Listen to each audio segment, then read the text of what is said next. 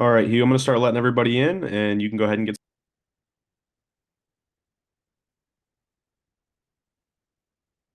All right. Hey, McGuire, how you doing? What's going on, Hugh? How you doing, buddy? Everything is good. So, Tyler, if you could tell everybody, if you could tell everybody to go to that spot inside the DAC Resource Center and drag up that document that I just gave you, that would be great so that people can see it. Yep, absolutely. So for anybody who's wondering, we just added a document to the Agent Resource Center. Um, Under the payment processing tab, it'll be right next to the payment processing training. And that's going to be the document that Hugh is going to be referencing today. All right, guys. So if you can grab that. So basically what we're going to do today is I am going to walk through the steps of the sale to make this easy on you guys when you're going out and prospecting people. I've got that form right here that I'm using. So if you guys can grab that out of there and look at it, basically what we want to make sure of when we're sharing with them whether we're doing a traditional credit card processing model or we're using a dual pricing model. And for the people that are new to this call, dual pricing is basically giving a customer an opportunity to pay either with cash or with a card. But when they pay with a card, they're going to incur a 4% fee. That's called dual pricing. What that does for your merchants, the people, the business owners that own the stores, is that will allow them to pass on those fees to the cardholders, and therefore they don't pay anything at their business for processing credit cards. So, in the document that hopefully you guys all have, is the most important step is to get their 3 months merchant statements. And then when I get a hold of them with you or without you, I can explain to them exactly what's going on as far as the processing choices. The processing choices are, on one hand, we can lower your rates just based on a traditional program. So if they're paying, 3.5%, we can get them down to 3%. That's the process there. But we gain all that information from their statements. The second thing is that we can do is when we pass on these fees to the client or to the cardholder, then all those fees are absorbed by the cardholder, and they pay the fee basically for it, and it lowers the cost of running credit cards for the business. So it works out great for the business owner because they don't have to pay them anymore. The main thing that I would tell you guys that are brand new at going towards people that have merchant accounts is to go through all of your warm leads, meaning your family, your friends, acquaintances, people that own businesses that you know. And the way that we do that is you look at your warm leads, family, friends, maybe the most visited business in your area, retail wise, and then maybe the most visited businesses that you visit based on the web. Now, going after like an Amazon or a Google or whatever is kind of tough. You're never going to get to those people. That's a year-long process, and you don't want to waste your time doing that. The sources of the warm leads, what I always tell all my agents is simply go through your cell phone and say, hey, in the A's, does anybody own a business or do they know somebody that owns a business? And go A through Z and then call all of them and say, hey, I don't know if you own a business or not, but do you know anybody that does? You're going to get a lot more traction that way because you're talking to a friend or somebody in your family that will give you a lead for somebody that say, hey, I don't own a business, but I do know people that do, and I can get a hold of them. So that's one of the things that you can do on the warm leads. Once you get to a warm lead, you want to go through and on these steps where I say the free of charge credit card processing, you can call it whatever you want, but it's zero fee processing. So Why, if you can have that option, why would you want to pay for your fees when you can pass them on to your cardholders, which means your customers? So, my questions that I always ask if you're following along on this sheet is, would you like to eliminate your credit card processing fees? There isn't a business owner on this planet that doesn't want to eliminate that. They generally come up to be, whatever amount of money they're running through their credit card processing. So if you're talking about a business that runs $100,000 times 3.5%, that's $3,500 a month times 12, that's $42,000. So it's a very nice presentation to these people that own businesses to say, whatever your volume is, times 3%, 3.5%, I should say, and we can eliminate all those charges for you. Then the next question would be, what effect on your bottom line would that have for you? And they would say that would help me tremendously, because when this dual pricing, passing on the fees to the cardholders, really gained momentum was during COVID. And businesses were going out of business because they couldn't sustain not having any customers come in.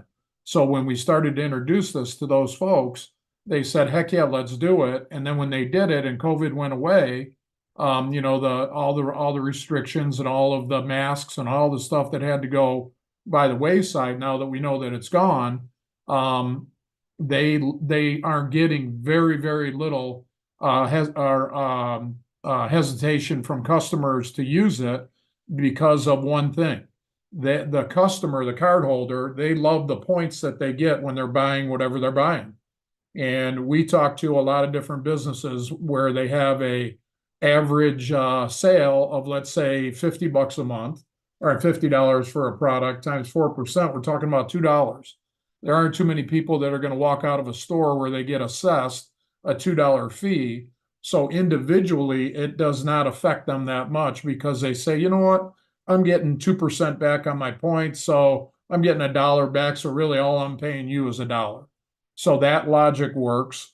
Then I always ask business owners also, hey, when you're out and about and you're going through your day, are you going anywhere where you're seeing this happen already? And they, oh yeah, down at my corner coffee shop, or yeah, at my local restaurant, or at my local gas station. Gas stations, I'm in Michigan, and our gas stations have been doing this for probably 40 years, 50 years, where you go up to the pump and it's, or on the sign, when you look at the marquee, it says cash is this much, credit or debit is this much, and credit is this much. They're adding in the price of processing to those prices so that they can cover it at the end of the month. So they're doing it a little bit differently, but that is a strong way to present it. Say, hey, have you ever been to a gas station where they say there's three prices: cash, debit, and credit? They go, yeah, that's exactly what we're talking about. We can set that up for you, and then say to them, hey, when you're at a gas station, how many people do you see that go to the pump and go into the station and pay the $50 that they're going to dump into their gas tank, or do you just see them stick their card in? 98% of the people, not saying that people don't pay cash, but 98% of the people that go to a gas station are using a card. Very rarely do you see them walking towards inside. They might be going in there to get a pop or a coffee or whatever, but they're not generally using cash to pay for their gas. And then our track record is the accounts that we have live with that type of processing. Generally, they're going to get a few people squawking, but not overall. And as people get used to it, they say, hey, I like this business. I understand what they're doing. And the merchants always explain to them too, say, hey, I can inflate my prices by 3 or 4%, but I'm not going to do that to you. I'm going to just tell you transparent what I'm doing. I'm going to pass on these fees to you if you choose to use a card. If you want to pay me cash, there's no fee. I'm happy to take cash. So those are the parts of the sale. And when you see this form, I would put this in front of you when you're making calls and say to them, hey, you know what? Go through the free of charge credit card processing, go through those 5 statements, or go through those 5 notes that I put on there, and you will get some accounts. Now, on the DAC building your business with your upline, your downlines, and all that kind of stuff, the more volume you guys put into credit card processing will put you through all the different levels at DAC. I don't know their compensation plan all that well, but I know that, let's take, for instance, $100,000 account. Let's say it's a restaurant. If that account generates somewhere around, let's say, $125 profit for you as the DAC rep, then the math is, well, how many $100,000 accounts can I go out and get? Because if you do just one account, let's say you make, and I can't, I'm not telling you this is what you'll make, but I'm going to be pretty close. $100,000 account makes you as the rep $125 a month, 1,500 a year.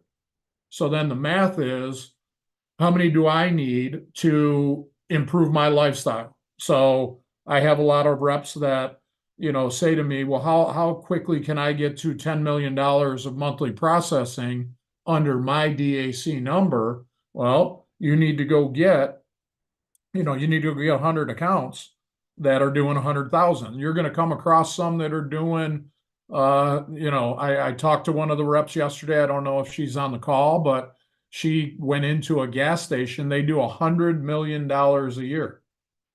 So, and she's looking at getting those statements from that person. So divide that by 12. That right there is $8.5 million a month. If she gets that account, she'll probably be looking at making $12,000 to $15,000 a month on that one account. And that's after I pay DAC and we do our deal and all that kind of stuff. So I don't know what levels that lady's at, but if she gets that deal, that's a huge income for anybody. And you're looking at $150,000 a year in income in doing that. So I guess the main message today is, you guys as a collective whole of DAC reps, you have a tremendous opportunity to make a lot of money in merchant services simply by referring leads to DAC and through our office. And we get those people hooked up and processing, and then the money starts flowing.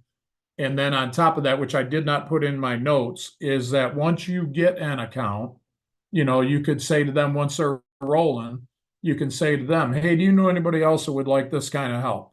If you can get them to give you warm leads, those are the best ever, because you're going to call them and say, hey, Bob down at the restaurant, we just switched him over. He's saving, $3,000-4,000 a month, and we can do the exact same thing for you.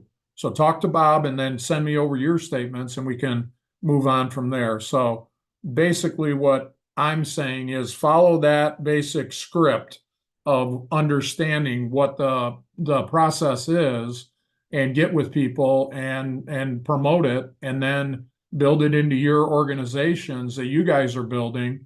And coming off of funding or coming off of credit card processing, those two work hand in hand. So if you got somebody at a business that has funding through you as a rep, absolutely call them and say, hey, I know you're getting charged for the funding, but I have a way to, lessen the blow there by doing your credit card processing. If you'll let me take a chance on showing you what we can do, this is the savings that we can provide for you. So that's pretty much what I've got there. I know it took 15 minutes, but I wanted to make sure that you guys get that script out of the portal that you can, and then start hammering away and getting them. That's why we always say, the target market for you guys, going out and getting $1,000 a month account or getting a $100,000 a month account, you're going to make a tremendous amount of money going after the bigger accounts. And don't let that scare you that they have higher volumes to do, because the math is the same. Whether they're doing 100,000 a month or they're doing 10 million a month, the math is the same. If you're doing $10 million a month, right? And you're paying, 3%, you're paying 300 grand a month times 12. That's 3.6 million over the year. Would you like me to save you $3.6 million? There isn't a business owner on the planet that isn't going to say, heck yeah, let's go. They may be a little scared in the beginning because they think they're going to get beat to death by their customers, but it generally doesn't happen across the board on all the accounts that we have going right now.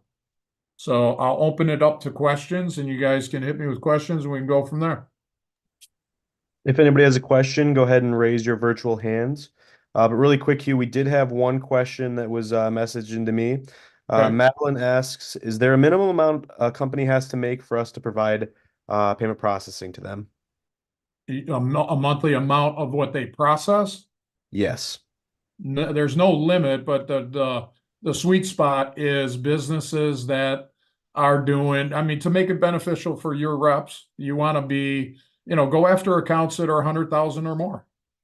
If they tell you, hey, I do 15,000, but I anticipate doing 50 grand or 100 grand, absolutely. Let's get them going. Let them grow. Those are easy to do. But for everybody's benefit, you want to go after the ones that are doing higher volume than the lower ones. All right, perfect. Thank you. And we've got another question from Lisa. Go ahead and Okay. unmute yourself. Great morning, everyone. Great day.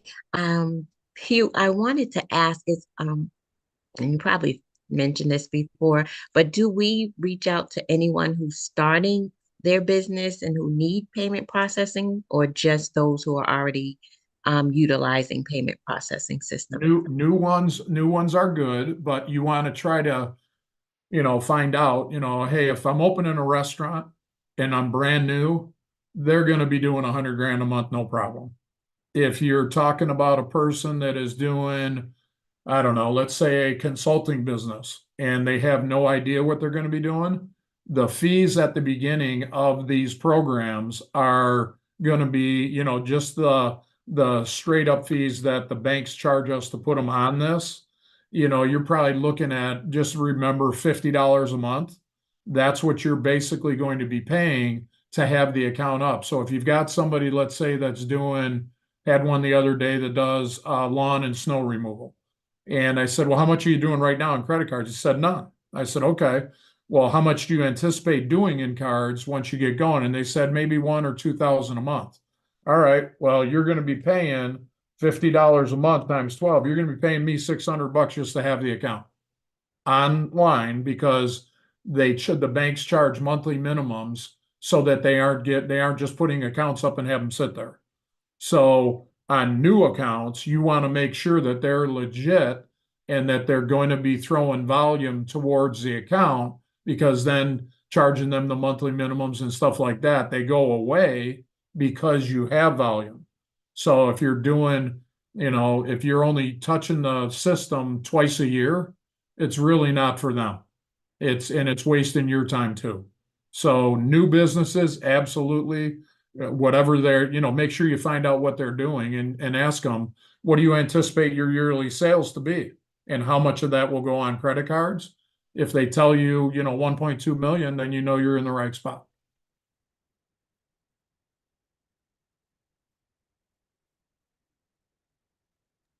All right. It looks like that's the only questions we have. Thank you, Hugh, for your time. And just a reminder for everybody else, we have a BizOp presentation today at 1 with Wade. And thank you again, Hugh. We All appreciate right. your Hey, time. make sure that you send out or let everybody know that they can go find that form in the portal so that they can follow along, and then just start dialing up your friends, look in your cell phone for your warm contacts. Let's get some people coming your way to make you money. Sounds good. Thank you, Hugh. All right. Talk to you